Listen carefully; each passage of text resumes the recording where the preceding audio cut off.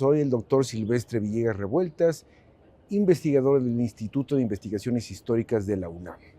En esta ocasión nos encontramos aquí para hablar acerca de las principales contribuciones de Juárez y su generación en temas como es la separación Iglesia-Estado, segundo, la importancia de la Constitución de 1857 y tercero, lo que se refiere a la época de Juárez y las relaciones internacionales. Por lo que se refiere al primer punto, debemos tomar en cuenta que el principal logro de Juárez y su generación es establecer toda una serie de lineamientos jurídicos, de bases constitucionales, pero también de relaciones con la Iglesia Católica y con las potencias extranjeras que son esenciales para la futura formación del Estado moderno mexicano. Esa es la principal aportación de Juárez y su generación.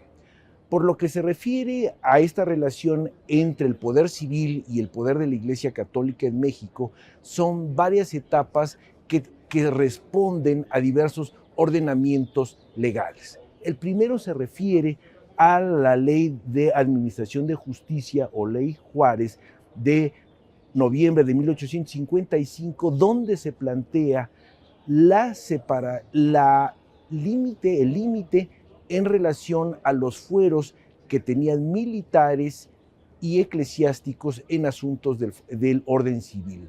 Lo que plantea la Ley Juárez es que en aquellos asuntos, en aquellos pleitos que van más allá de lo que es propiamente la esfera militar o la esfera eclesiástica, se tienen que dirimir en tribunales civiles. Y esto plantea genuinamente una de las principales respuestas a esta separación de asuntos que venían mezclándose desde la conformación de la Nueva España. Ese primer aspecto se va a radicalizar durante la Guerra de Reforma, cuando el Partido Liberal, que estaba establecido en el puerto de Veracruz, lleva a cabo lo que se conoce como las leyes de reforma. Las leyes de reforma son fundamentales para lo que se refiere a esta, dijéramos, ruptura con los intereses terrenales, los intereses económicos de la Iglesia Católica en México. Cuando las leyes de reforma dicen vamos a nacionalizar los bienes de la Iglesia, que ya había tenido un paso con la ley Lerdo, a un paso anterior, la desamortización, lo que estamos viendo es genuinamente que la guerra civil provocó una radicalización en estas leyes en contra de la Iglesia Católica, y no era simplemente porque fuera una ojeriza en contra de la Iglesia,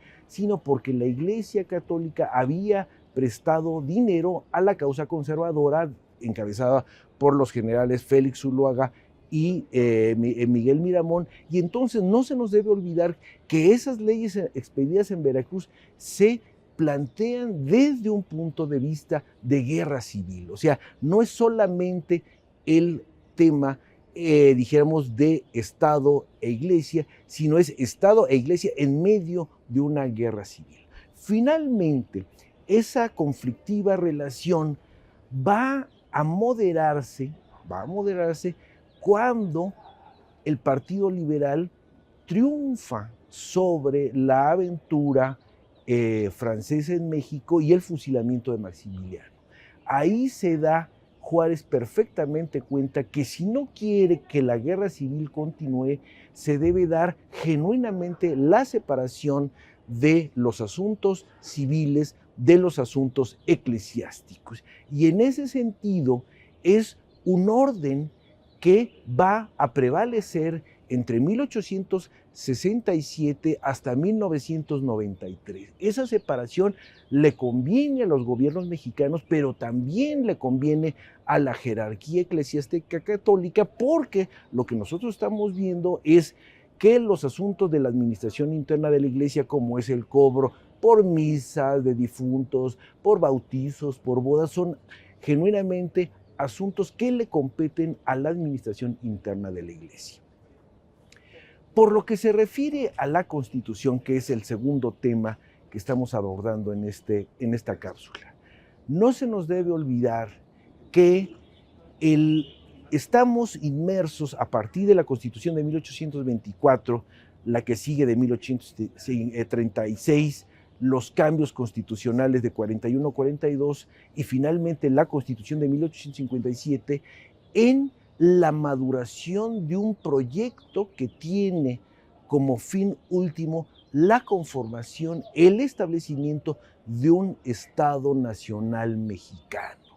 Y entonces, los constituyentes de 1857, el texto constitucional de 1857, las discusiones que se dan en el constituyente es precisamente resultado de esas preocupaciones. ¿Cuál es, dijéramos, fundamental, el aspecto fundamental de esta Constitución? El título primero. El título primero son aquellos derechos que debe tener cualquier ciudadano. Recordemos que ese es otro punto. Se quiere crear ciudadanía. El ciudadano está en el papel, pero la idea es que en la práctica realmente haya ciudadanía y en ese aspecto de ciudadanía que se vaya formando una cultura cívica. Había estado presente en la reforma de 1833 con Gómez Farías y lo que se pretende es que se hagan ciudadanos con una serie de derechos, pero también obligaciones. Y en ese sentido, lo que nosotros vemos es que ese título primero que se refiere a el derecho de libertad de creencias, el hecho de publicar lo que los diversos ordenamientos se están dando. Ese título primero, esas libertades individuales, es fundamental para entender lo que sigue en el texto constitucional, que la otra parte muy importante es lo que se refiere al equilibrio entre los poderes de la Unión. Ese es otro de los grandes temas en el siglo XIX, que es el muy viejo problema entre un ejecutivo que quiere tener más facultades, más poder, y un legislativo, ojo, un legislativo unicameral, porque la Constitución de 57 originalmente solamente plantea a la Cámara de Diputados como una sola Cámara, y entonces es quién verdaderamente debe llevar los destinos de este país. Y eso va a provocar no solamente el golpe de Estado de Comonfort de diciembre de 57, sino toda una serie de discusiones constitucionales que van en los años 60, en los años 70 y que quedan de alguna manera como un asunto no totalmente resuelto en la época del Porfiriato. Ahora, ¿cuál es dijéramos, la aportación mayor de Juárez a la Constitución de 57? Primero, no haberla desconocido.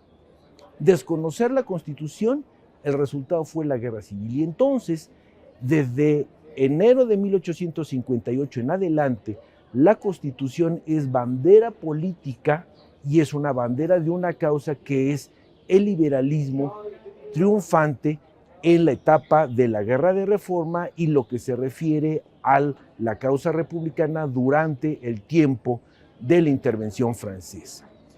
Vemos por tercera ocasión el tercer punto, que es las relaciones internacionales. México no está libre de presiones externas, y estas presiones externas no son presiones que sean totalmente individuales o que no tengan destinatario. Las presiones son fundamentalmente de 4 órdenes, que son lo que se refiere a Francia, España, Inglaterra y los Estados Unidos. Estas 4 entidades internacionales, van a ejercer presión sobre los gobiernos mexicanos liberales y conservadores.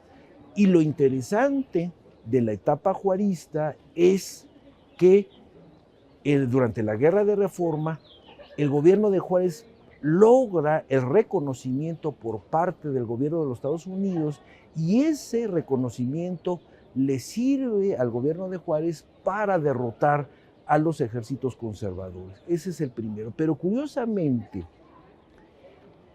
al mismo tiempo que se da este reconocimiento por parte de los Estados Unidos, el gobierno de Juárez va a negociar un asunto esencial con Inglaterra, que es el pago de la deuda que el país tenía con acreedores ingleses. O sea, unos son asuntos diplomáticos, pero los otros son asuntos de la deuda. Y la deuda es fundamental para la existencia diaria del país.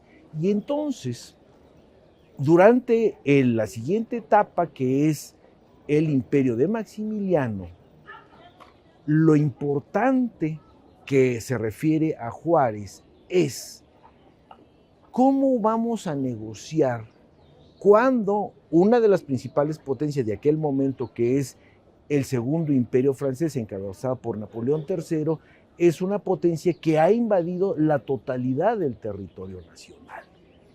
Entonces, por un lado tenemos una potencia que invade la república, lo que sería el territorio mexicano, y en otro sentido, lo que nosotros vemos es que existe un interés de los Estados Unidos porque Francia salga derrotada. No debemos olvidar las, dijéramos, las presiones que va a ejercer al final del gobierno de Abraham Lincoln, pero sobre todo de Andrew Johnson, para que París salga, las tropas francesas salgan de territorio nacional, y el no reconocimiento, nunca se dio ese reconocimiento de los Estados Unidos al imperio de Maximiliano. Entonces, esas negociaciones diplomáticas son esenciales para entender también el triunfo de la causa republicana frente al Segundo Imperio Mexicano. Eso es fundamental, es de los tres asuntos que genuinamente definen la importancia de Juárez y su generación de liberales.